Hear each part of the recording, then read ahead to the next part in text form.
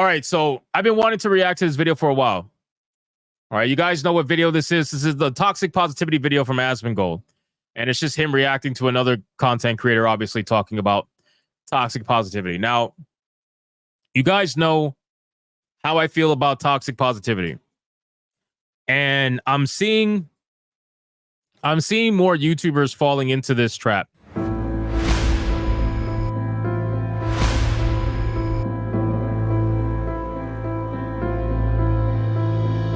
They want to be honest, right? They want to be honest, and they want to actually talk about the state of the industry.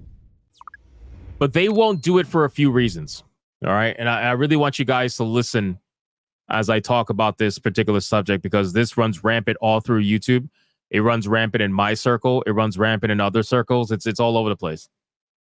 So when it comes to toxic positivity, you have YouTubers out there who are purposely lying, and sometimes it's not maliciously done. Shoggoth says, what the fuck is toxic positivity? Well, you're gonna find out. Just listen. You got people who are purposely lying, and again, it's not always maliciously done, right? I know some people who are not malicious people that are falling into the same trap just because they personally want to not be involved with the extremes on either side of the aisle, right?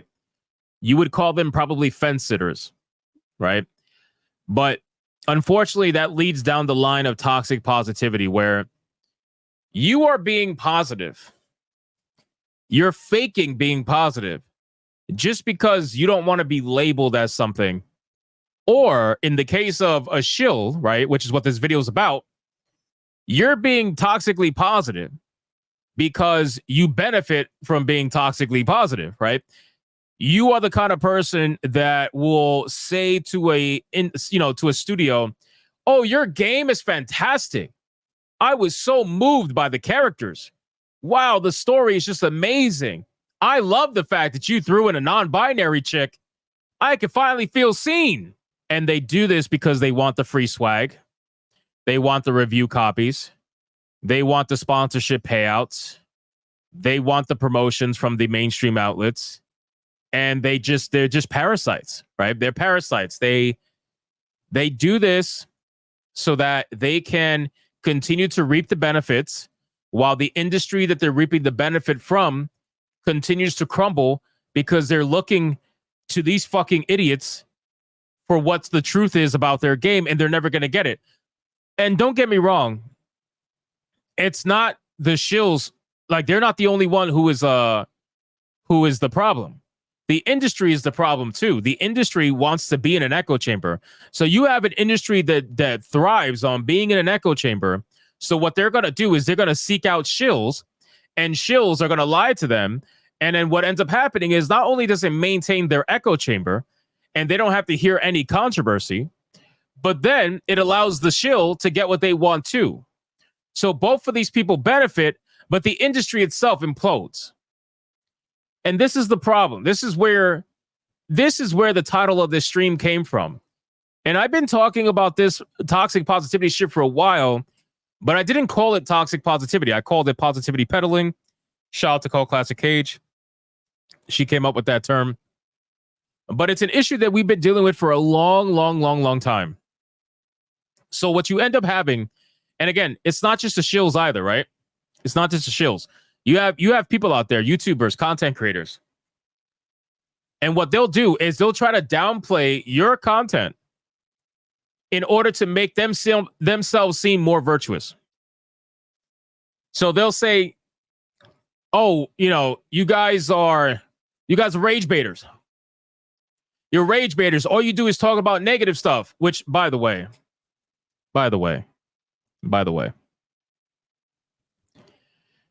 if you're a content creator and you say that somebody like me only talks about negative stuff, when I have a live stream that's dedicated to the enjoyment of gaming called Griffcast, when I have a manga channel with over 1,200 subscribers and growing, dedicated to me nerding out about books and how much I enjoy them, and I want to share it with everybody.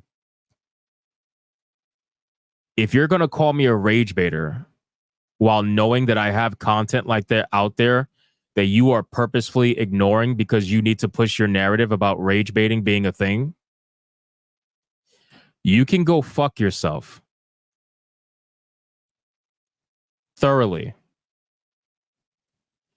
It is not my fault, and it is not the fault of other people who are in my space, our space, talking against the industry. It is not our fault that we are just more entertaining than you are. And then the funny thing is, you have a lot of content creators that tried to join this space on YouTube, and then they ended up failing.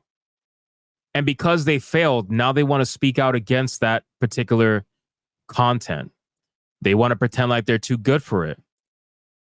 Oh, we shouldn't be embracing this kind of content. We shouldn't be talking about this.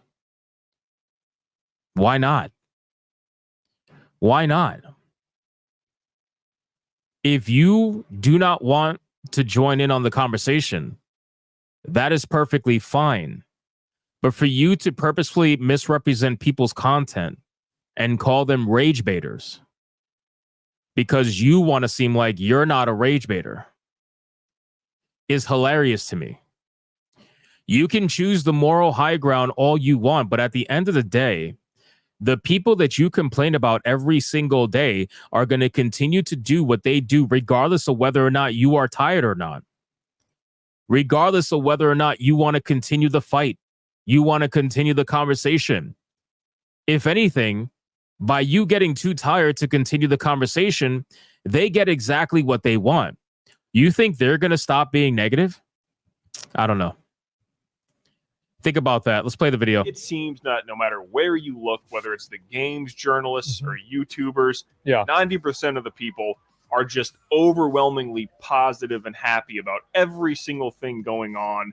And they never have a negative thing to say unless it's about Black Myth Wukong or Hogwarts Legacy that fits the narrative. But they're always positive and are never critical of any game devs. And if you are a real person and have, an opinion that might be negative about a game, if you say something bad about a game developer, if you point out negative things they're doing, they shun you to the side. And it's all for specific purposes, which we're going to break down in this video today. Okay.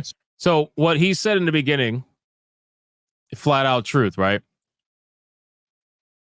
If you go to a YouTube channel and all they're doing is talking about the positive aspects of whatever it may be, they are most likely a shill, or they're too scared to get any kind of backlash.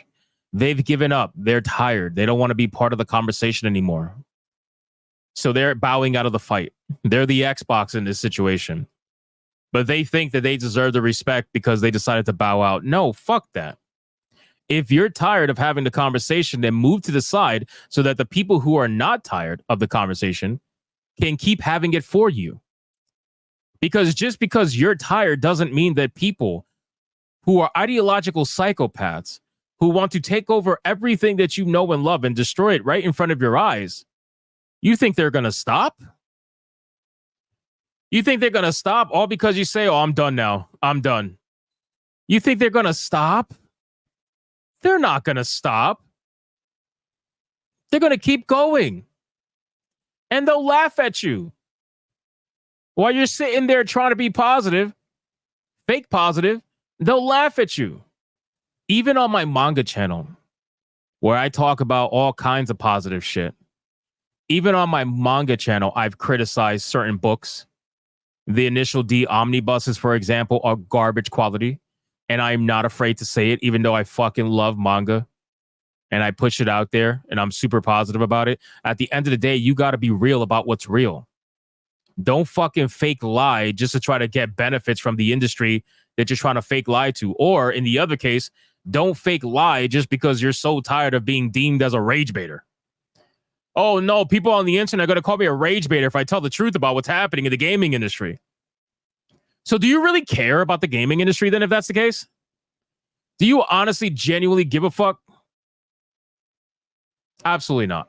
So why do these people peddle this toxic positivity and become the ultimate consumers? And that's basically The because reason- they want to be BFFs with the game developers. Try to Thank fucking God somebody can see through it. Thank fucking God. Just so I think more and more people are catching on.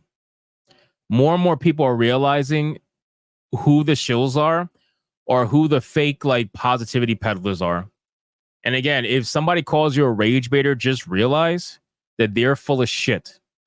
They're full of shit. And then here's the beautiful thing, right? The people who call you a rage baiter, when you go to them and you say, if I'm a rage baiter, why is there rage to bait in the first place then? What has people so upset? They never want to have that conversation after that.